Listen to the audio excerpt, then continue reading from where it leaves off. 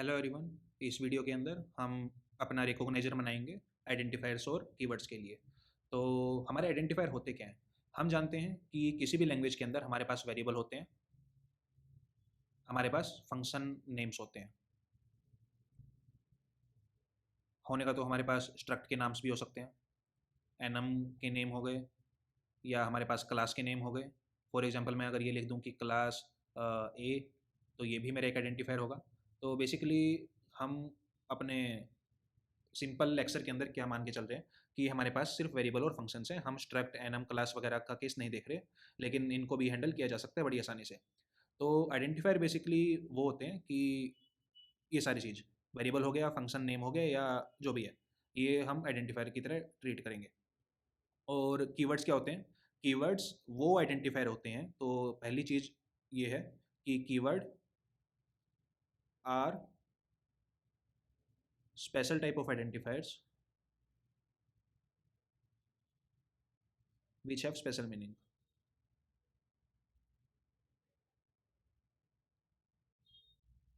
For example, अगर मैं ये लिखूँ कि वाइल, WHILE, ये मेरा एक वैलिड वेरिएबल नेम हो सकता है C++ के रूल्स के अकॉर्डिंग, या किसी भी लैंग्वेज के रूल्स के अकॉर्डिंग इन जनरल। लेकिन हम इसको एक वेरिएबल की तरह ट्रीट नहीं करेंगे, हम इसको एक कीवर्ड की तरह ट्रीट करेंगे। तो यहाँ पे कीवर्ड हमारे स्पेशल टाइप ऑफ आइडेंटिफायर हैं। मतलब कि आइडेंटिफायर के रूल्स हम बाद में देखेंगे कि क्या होते हैं इसी वीडियो में। तो आइडेंटिफायर के रूल्स, ये जो मेरा स्ट्रिंग है WHILE, ये सेटिस्फाई करता है। लेकिन हमें इसको स्पेशली ट्रीट करना है कीवर्ड की तरह, क्योंकि इसका लैंग्वेज में अलग तरह से मतलब डिफाइंड है। कीवर्ड्स क्या होते हैं? कीवर्ड्स वो आइडेंटिफायर होते हैं जिनका लैंग्वेज में पहले से ही मतलब डिफाइन होता है, और हम उनको किसी भी वेरिएबल नेम, फंक्शन नेम, या बेसिकली आइडेंटिफायर की तरह यूज नहीं कर सकते। उनका स्पेशल मीनिंग होता है। ठीक है। तो पैटर्न क्या होता है आइडेंटिफायर रिकॉग्नाइज करने का? तो हम चलते हैं C++ के आइडेंटिफायर्स के रूल्स के ऊपर।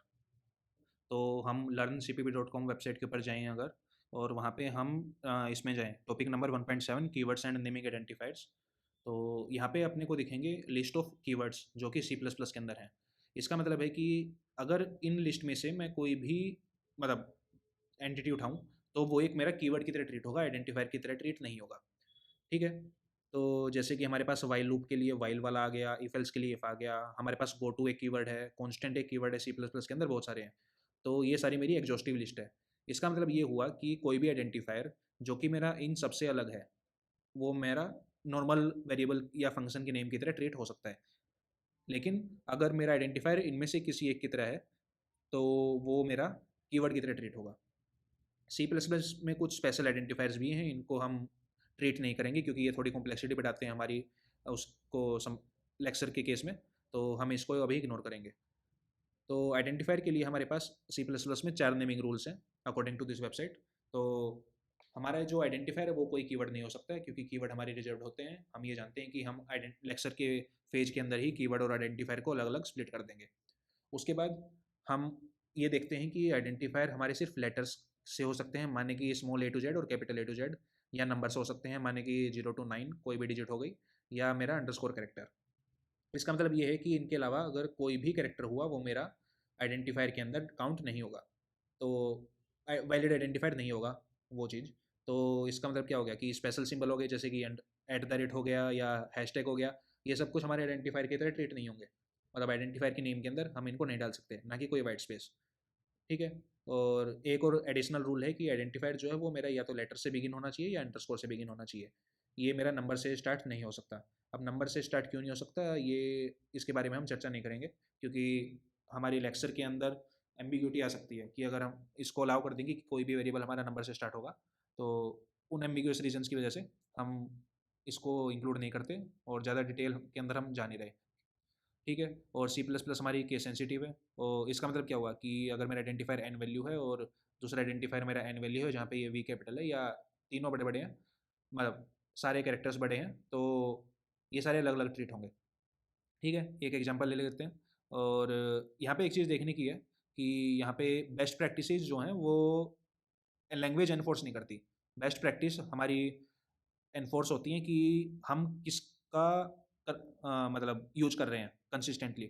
तो इसके अंदर क्या है कि लोग जो हैं C++ के अंदर इन कन्वेंशंस का यूज करते हैं।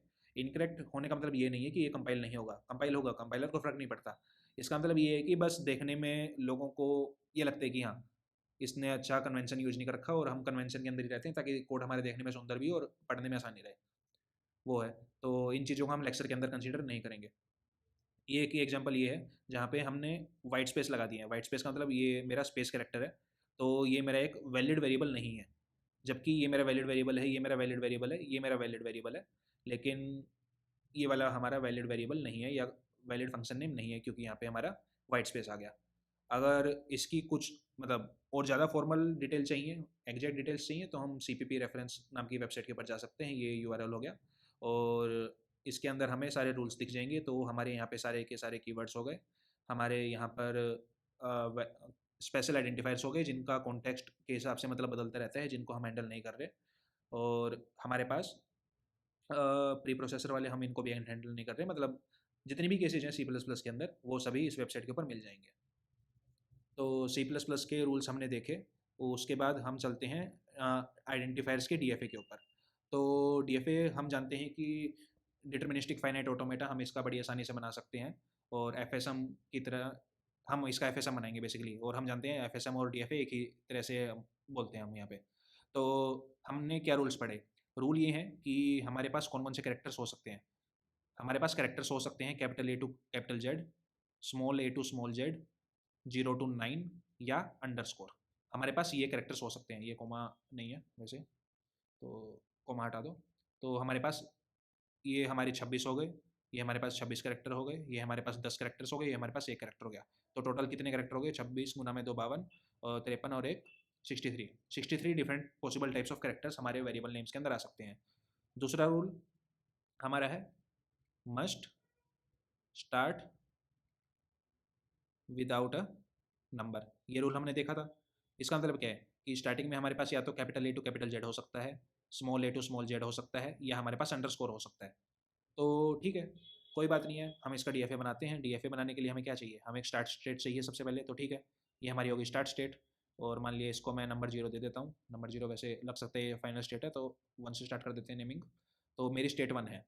अब मैं क्या चाहता हूँ कि मेरे पास 0 से लेकर 9 तक कुछ ना है, मेरे पास या तो capital A to capital Z आए, small a to small z आए, या अंडरस्कोर आए।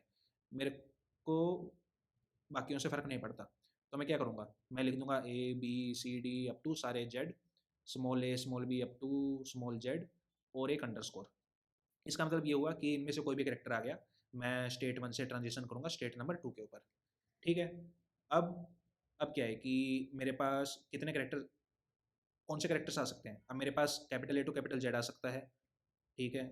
मैं ये सारे लिख दूँगा। Small a to small z आ सकता है। अब मेरे पास 0 टू 9 भी आ सकते हैं, और मेरे पास अंडरस्कोर कितने भी आ सकते हैं, ठीक है? ये हो गया। तो वेरिएबल मेरे कब एक्सेप्ट होंगे? हमारे रूल्स के अंदर मिनिमम लेंथ का कुछ नहीं है, तो मिनिमम लेंथ हम ऑब्वियसली 1 मान के चलेंगे यहाँ पे, और मैक्सिमम लेंथ की हम लिमिट के ऊपर बात नहीं कर रहे हैं। तो हम क्या करेंगे कि हम बेसिकली यहाँ पे इसको फाइनल स्टेट बना देंगे, और ये हमारा DFA हो गया किसी भी आइडेंटिफायर को रिकॉग्नाइज करने के लिए। तो क्या होगा? ये हमारा हो गया आइडेंटिफायर का DFA या FSM, फाइनाइट स्टेट मशीन। तो इसके अंदर हम कैरेक्टर स्ट्रीम भेजते रहेंगे, और ये हमें बताता रहेगा कि हाँ, फाइनल स्टेट के अंदर हम अभी आए हैं या नहीं आए हैं। तो अगर मान लिया कि मैं यहाँ पे भेजता हूँ अंडरस्कोर AB, तो अंडरस्कोर रीड करते ही क्या होगा? 1 के ऊपर थे हम, अंडरस्कोर इसने रीड किया, स्टेट नंबर 2 पे हो गया, हमारे फाइनल स्टेट ऑन हो जाएगा। फिर अगर मैं A भेजूँ इसके अंदर अंडरस्कोर के जस्ट बाद, तो भी मेरा फाइनल स्टेट रहेगा। B भेजूँ तो भी मेरा फाइनल स्टेट रहेगा। अब अगर मान लिया मैं इसके अंदर @ का सिंबल भेजता हूँ, तो ये मेरा फाइनल स्टेट की बजाय ये मेरा एरर स्टेट में चला जाएगा। क्यों? क्योंकि 2 के बाद अगर मैं लिखता हूँ, कोई ट्रांजिशन नहीं है। इसका मतलब है मैं डेड स्टेट के अंदर जा रहा हूँ कोई भी बची हुई कैरेक्टर्स के लिए, जो कि हमारा DFA एक्सेप्ट नहीं करेगा कभी भी। ठीक है, ये हो गया हमारा DFA आइडेंटिफायर के लिए, बहुत आसान है। अब उसके बाद कीवर्ड्स को कैसे हैंडल करना है? तो बेसिकली कीवर्ड्स हैंडल करने के लिए हम यूज करेंगे सिंबल टेबल का। अब सिंबल टेबल क्या होती है वो हमने देखा था, बट इसका यहाँ पे यूज करके क्या करेंगे?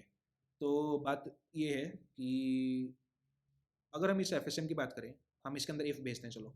तो अगर मैं आई रीड करूँ, स्टेट 1 के ऊपर हूँ, मैं आई रीड करूँगा, मेरा स्टेट 2 के ऊपर चला जाएगा। मैं एफ रीड करता हूँ, मैं स्टेट 2 के ऊपर रहूँगा, मेरे पास आगे कुछ इनपुट नहीं है, और इनपुट क्यों नहीं है वगैरह वगैरह वो हम फेज 2 के अंदर देखेंगे लेक्चर के। लेकिन अभी हमारे पास स्ट्रिंग इतनी ही है। तो हमने देखा कि आइडेंटिफायर का जो रिकॉग्नाइजर है वो मेरा ट्रू रिटर्न कर रहा है कि हाँ, इफ़ मेरा एक आइडेंटिफायर है। तो कीवर्ड्स को हम स्पेशली हैंडल करेंगे। इसका मतलब ये होगा कि ऐसा मान लिया कि if given string is an identifier, check if it is a keyword. If it is a keyword, change token type to keyword, simple है। और इसको हम कैसे इंप्लीमेंट कर सकते हैं, इसको हम ट्राई से इंप्लीमेंट कर सकते हैं जो कि मोस्ट एफिशिएंट है और थोड़ा एडवांस्ड हो जाएगा। या हम किसका यूज़ कर सकते हैं, हम यूज़ कर सकते हैं अपने AVL ट्री का, जिसके अंदर हम स्ट्रिंग डाल रहे हैं बाइनरी सर्च ट्री के अंदर। या बेसिकली हम एरे के अंदर रख सकते हैं सारे एलिमेंट्स को। तो क्या होगा, हम कर देंगे कि स्ट्रिंग ऑफ ARR या कीवर्ड्स इक्वल टू, और यहाँ पे मैं इफ डाल दूंगा, कॉमा वाइल डाल दूंगा, एंड सो ऑन। ये हो जाएंगे हमारे कीवर्ड्स। तो हम क्या चेक करेंगे, if given string in keywords token type equal to keyword. ये हो गया। तो हमने इस वीडियो में क्या कवर किया, इस वीडियो में हमने कवर किया कि आइडेंटिफायर और कीवर्ड क्या होते हैं। हमने C++ के अंदर देखा कि उनके रूल्स क्या हैं। हमने C++ के लिए DFA बनाया जो कि अपना फाइनाइट स्टेट मशीन है या अपना रिकॉग्नाइजर है। और हमने देखा कि हम कीवर्ड्स को कैसे हैंडल करेंगे। अगली वीडियो के अंदर हम जाएंगे न्यूमेरिक डाटा टाइप के ऊपर, जहाँ पे हम DFA बनाएंगे अपने इंटीजर्स को एक्सेप्ट करने का, फ्लोट नंबर्स को एक्सेप्ट करने का, हेक्साडेसिमल या ऑक्टल को एक्सेप्ट करने का। तो मिलते हैं अगली वीडियो में। इस चैनल को लाइक करें, शेयर करें, सब्सक्राइब करें, और थैंक यू।